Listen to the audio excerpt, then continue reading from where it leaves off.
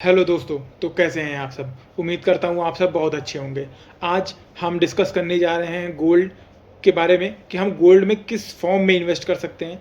आप सबको पता ही है, इंडिया में गोल्ड एक फेवरेट एसेट है जो हर एक इंसान अपने घर में रखना चाहता है।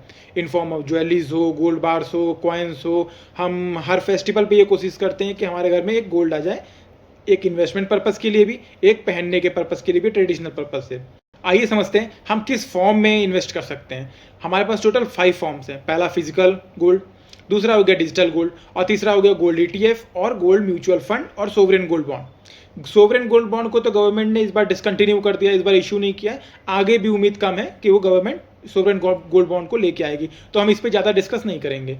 हम सबसे पहले स्टार्ट करते हैं फिजिकल गोल्ड क्या होता है। फिजिकल गोल्ड जो हम अपने घर पे रखते हैं, ज्वेलरीज हो गई, गोल्ड बार्स हो गया, कॉइन्स हो गया। और दूसरा हो गया हमारा डिजिटल गोल्ड। डिजिटल गोल्ड हम डिजिटली परचेज करते हैं सेलर से, जिसमें हमको उसको स्टोरेज करने की, सिक्योर अपने पास रखने की ज़रूरत नहीं होती है। उसको सेलर ने ही अपने पास सिक्योर रखा रहता है और एक फ्लेक्सिबिलिटी होती है, हम जब चाहें उसको बेच सकते हैं, जब चाहें तब खरीद सकते हैं। तीसरा हो गया गोल्ड ईटीएफ। गोल्ड ईटीएफ एक स्टॉक मार्केट की तरह हो गया। जैसे हम स्टॉक्स में पैसा लगाते हैं, वैसे हम गोल्ड में पैसा लगा देंगे। जैसे जैसे गोल्ड अप्रिशिएट होगा, वैसे वैसे हमारा प्रॉफिट बढ़ेगा। तो इसमें क्या करना होता है, आपको एक डीमैट अकाउंट खोलना होता है और आप वहाँ जाके गोल्ड ईटीएफ को परचेज कर सकते हैं ना। चौथा हो गया gold mutual fund. Gold mutual fund में क्या होता है कि आपको अगर डीमैट अकाउंट नहीं ओपन कराना है, कोई रिस्क नहीं लेना है, तो आप डायरेक्टली क्या कर सकते हैं, एक एसआईपी बांध सकते हैं। जैसे 5000 की हो गई, वो 100 से भी स्टार्ट हो सकती है, 5000, 10,000, जैसे आपका बजट हो उस हिसाब से आप ऐसे एसआईपी स्टार्ट कर सकते हैं। आपके बिहार पे एक फंड हाउस होता है जो कि उस पैसे को लेके गोल्ड ईटीएफ में ही इन्वेस्ट करता है।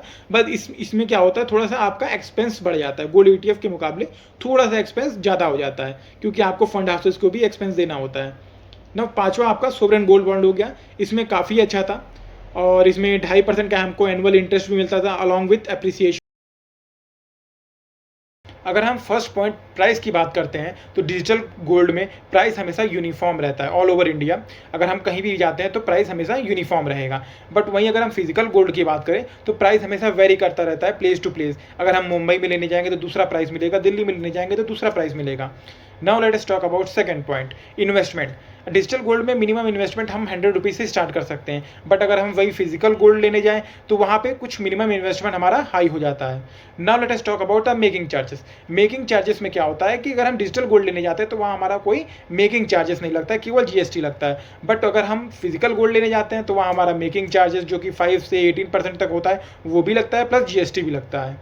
बट अगर हम फोर्थ पॉइंट की बात करते हैं, तो स्टोरेज और सिक्योरिटी की, तो उसमें डिजिटल गोल्ड में हम ज्वेलरीज को अपने पास होल्ड नहीं करते हैं, तो उसमें कोई रिस्क नहीं रहता है, सारा काम हमारा सेलर करता है, तो उसमें कोई भी स्टोरेज और सिक्योरिटी की दिक्कत नहीं होती है। बट अगर हम फिजिकल गोल्ड की बात करें तो सिक्योरिटी हो गया या स्टोरेज हो गया, सब हमें ही करना पड़ता है, तो इनिशियली हमारा कॉस्ट बढ़ जाता है। देखा कि डिजिटल गोल्ड और फिजिकल गोल्ड में क्या डिफरेंस होता है। अब हम आगे समझने जा रहे हैं कि फिजिकल गोल्ड और गोल्ड ईटीएफ में क्या डिफरेंस होता है। फिजिकल गोल्ड वो गोल्ड होता है जो हम अपने पर्पज़ के लिए लेते हैं, लाइक ज्वेलरीज हो गया, कॉइन्स हो गया। वहीं अगर हम गोल्ड ईटीएफ की बात करें तो गोल्ड ईटीएफ हम शेयर्स में इन्वेस्ट करते हैं, जो कि शेयर्स जो गोल्ड बैक्ड होते हैं, जो कि गोल्ड प्राइस से लिंक्ड होते हैं। अब अगर हम पॉइंट ऑफ डिफरेंस की बात करें तो फिजिकल गोल्ड में एक्चुअल मेटल हम अपने पास होल्ड करते हैं, वहीं गोल्ड ईटीएफ में हम शेयर्स होल्ड करते हैं जो कि गोल्ड के प्राइस से लिंक होता है। हम अगर रिटर्न की बात करें तो दोनों में सिमिलर काइंड ऑफ रिटर्न मिलता है, बट फिजिकल गोल्ड में थोड़ा सा रिटर्न रिस्की हो जाता है।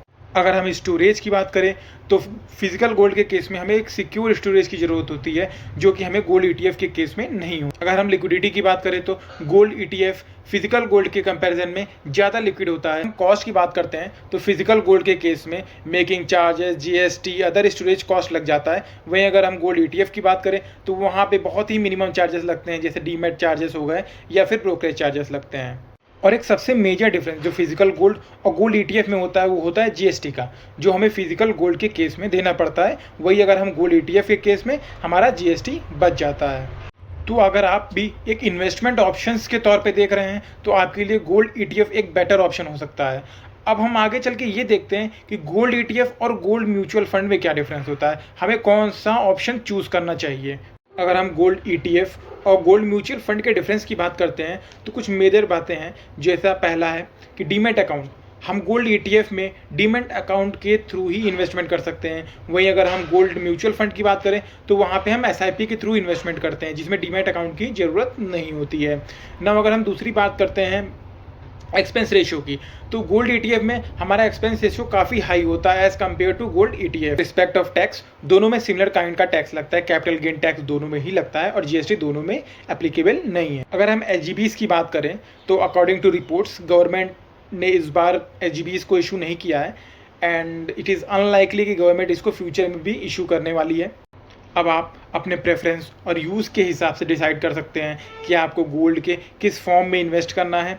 अगर आपको यूज़ करने के लिए आप उसको लेना चाह रहे हैं तो आप फिजिकल गोल्ड ले सकते हैं, बट प्योरली अगर आप इन्वेस्टमेंट पर्पज़ के लिए देख रहे हैं तो गोल्ड ETF और गोल्ड म्यूचुअल फंड आपके लिए एक बेटर ऑप्शन हो सकता है। अगर आपको ये वीडियो पसंद आया हो तो please do like, share and subscribe this channel.